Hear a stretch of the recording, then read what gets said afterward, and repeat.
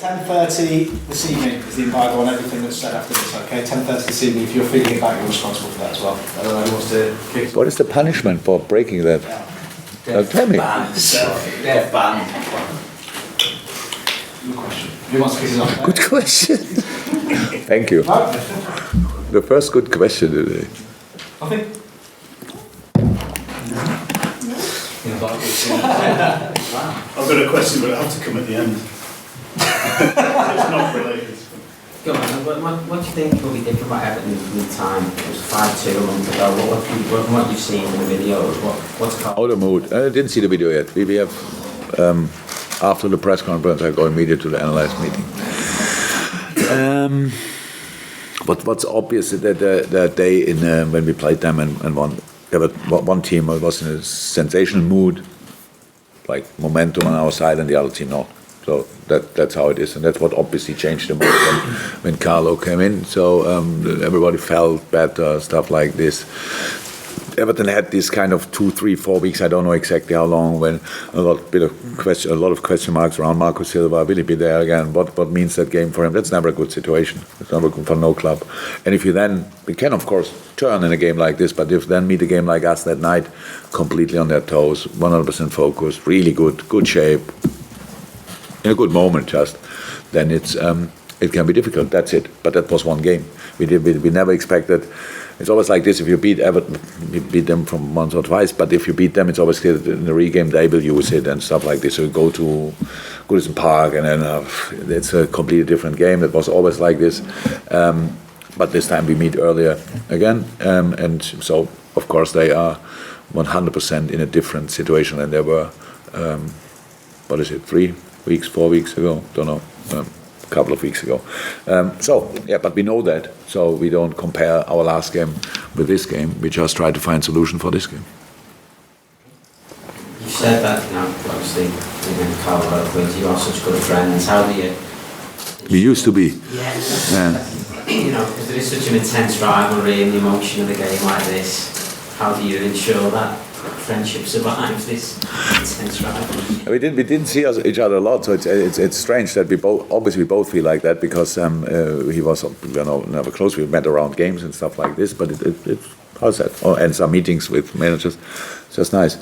When he came here, I really had that. I thought if I would have a party, could I invite the Everton manager, because now he's around the corner. So could I invite that? That's maybe more a question. And what would that mean for me or for him? I'm not on social media, but if I like picture on the table like this, pop, and send it out. So I don't know exactly how that is seen in the outside world. But I will not bring him in these kind of difficulties. I only want to bring him in difficulties on the pitch, and it always worked well. It's just we respect each other a lot. That's all. But not sure where he will live. And if a house next to me is free, and that would be really funny. We become neighbors. Dave, last couple. What you seem to be suggesting is that even though clearly the Merseyside derby is this huge thing for the city and the fans, that you cannot risk your players by making them play in this game to justify the derby, to make it the occasion that it should be, because of the season, because of the importance of the season. We will make it the occasion it should be. We will make it the occasion it should be.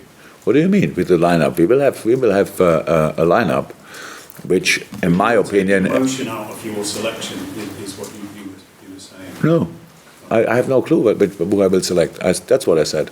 So I will see, but I cannot make the selections. It's like I have a list of players with problems here and there, and a list here, and the middle is then the team I want to make. And on that sheet is Everton, and I cannot make a difference if there's Everton or any other team. That's what I cannot do, because we are in the middle of the season, 18 games to come, plus hopefully a few more in the cup competition. So I cannot. So I could say now, yes, we throw everything, and then what we have, who cares if they are limping or not?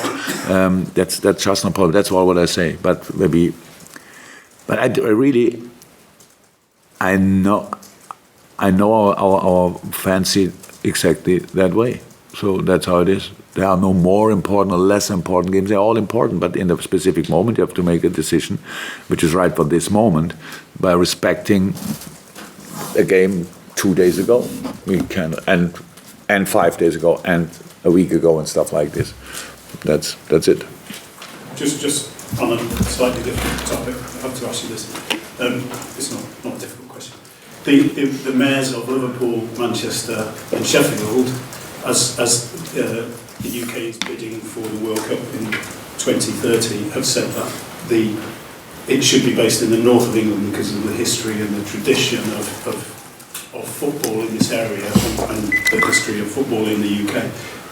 I would imagine, as manager of Liverpool and knowing as much as you do about the sort of history of English football, that you would endorse that. The idea of that would be. Oh yes, I would. I really wish for all the people in the world who are not Liverpool supporters that they have the opportunity to watch a World Cup game here in that city. If Liverpool wants it, I don't even know. I didn't hear now the first time about it, but to experience this wonderful city as well. So that of course would be great. 2030, 10 years until then will happen a lot. So probably I think in the last 10 years, obviously Liverpool developed a lot, and in the next 10 years, if with a perspective like this, it would be great for the city. Would love it. Actually, so and I would watch a game played in Liverpool as well. I think the idea is as well it will boost the economy of the north when there is a disparity between the north and south of England. Absolutely. So it's I don't know if who makes these decisions, and probably I don't know how many big stadiums you have in London, but probably 2 or 3 really big ones with Wembley. Tottenham now, and there are plenty of stadiums where you can play, but the World Cup should be, how I understand it, a competition where you represent all the different regions of your country, and of course, here in our region, that's the proper football region. So yes, I think there should be games in Liverpool then. Thanks, guys. Thank you very much. Yes. Welcome. See you in a couple of minutes. What did he say?